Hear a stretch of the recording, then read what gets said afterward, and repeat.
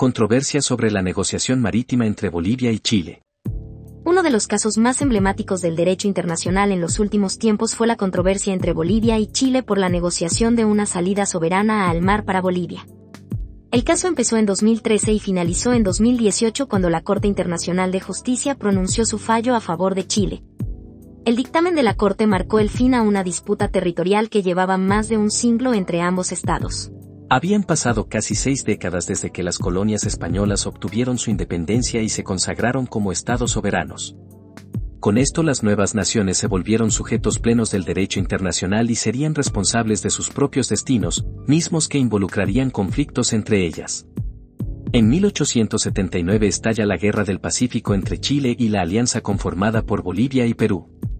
Las consecuencias del conflicto todavía son relevantes hasta nuestros días.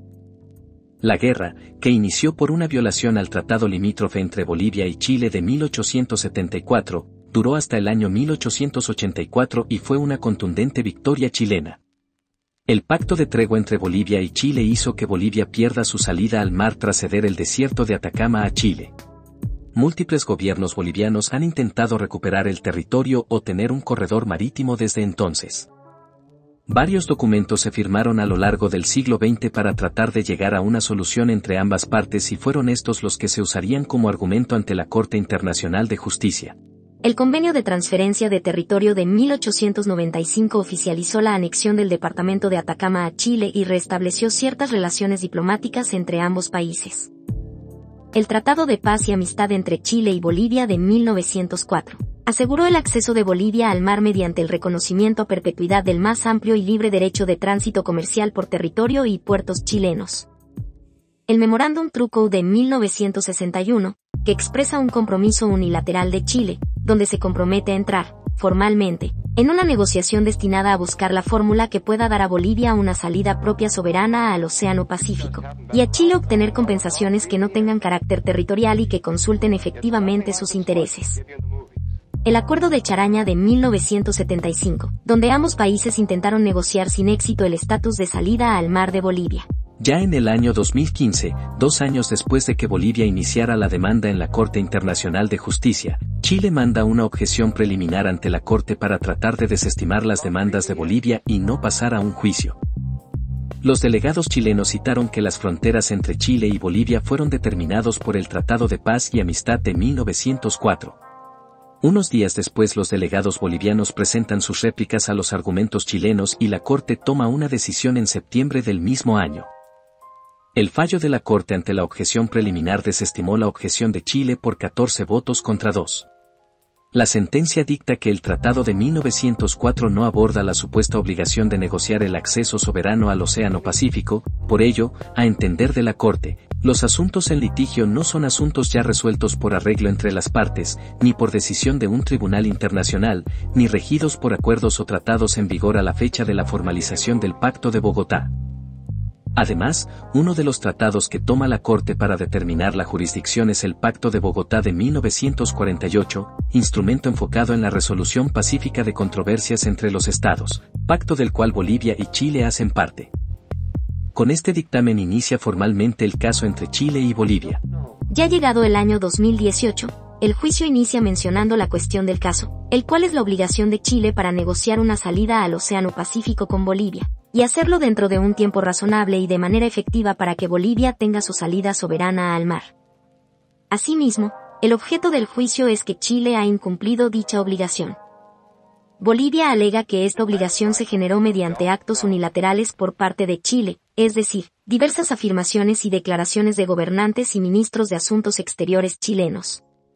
Por ejemplo, en el año 1951 el presidente Gabriel González Videla mencionó: la política del gobierno de Chile ha sido invariablemente una sola: expresar su disposición a escuchar cualquier propuesta boliviana encaminada a solucionar su mediterraneidad, siempre que nos la plantee directamente y no implica renunciar a nuestra doctrina tradicional de respeto a los tratados internacionales, que consideramos indispensables para una convivencia pacífica entre las naciones.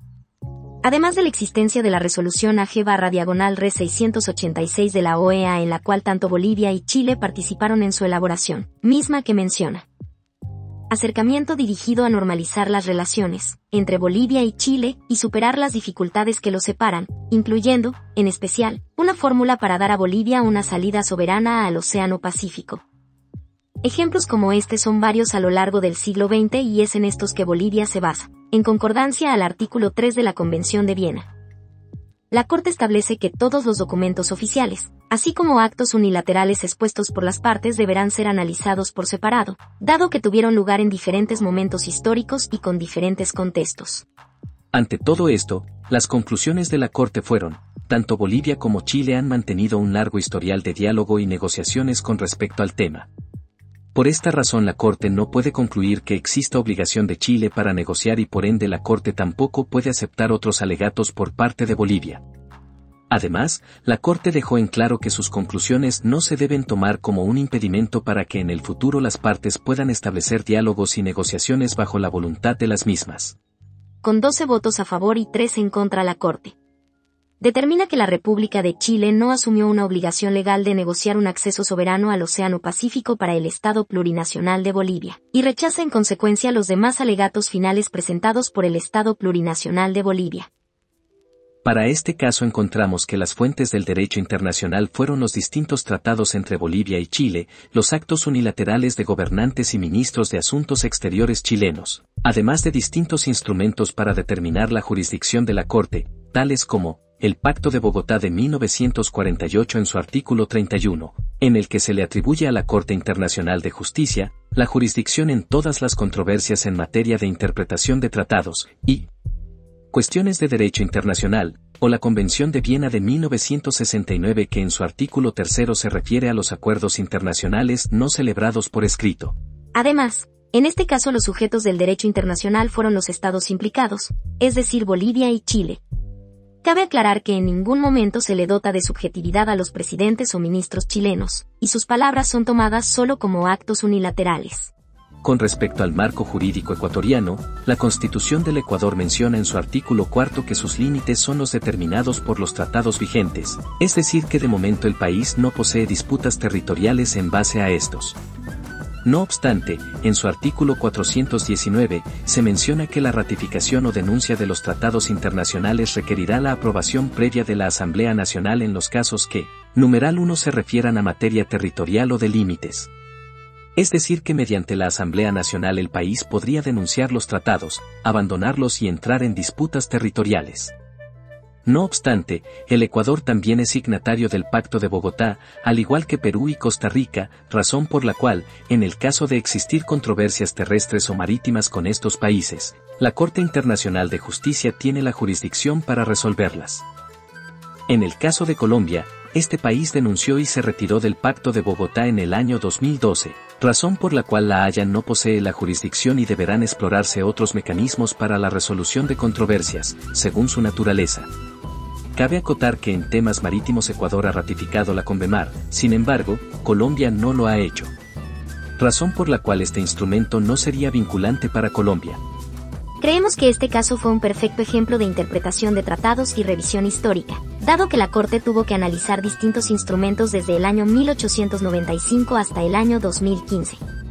También es un excelente ejemplo de resolución pacífica de controversias en un debido proceso, a diferencia de otras disputas territoriales modernas que típicamente son violentas y en contra del derecho internacional.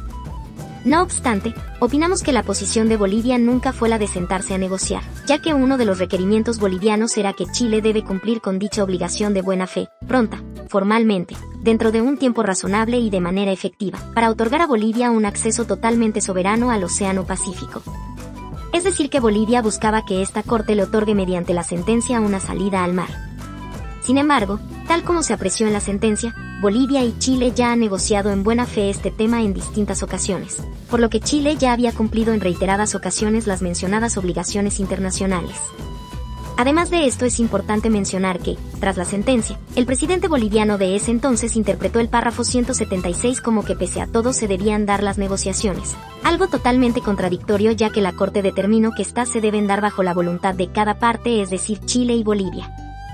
Para finalizar nos gustaría recalcar la importancia del Pacto de Bogotá para la resolución de controversias en América, dado que gran parte de los países del continente son signatarios de este. aunque existen algunos países de peso que no lo han ratificado, como Estados Unidos, Colombia, Venezuela, Argentina, Cuba, entre otros.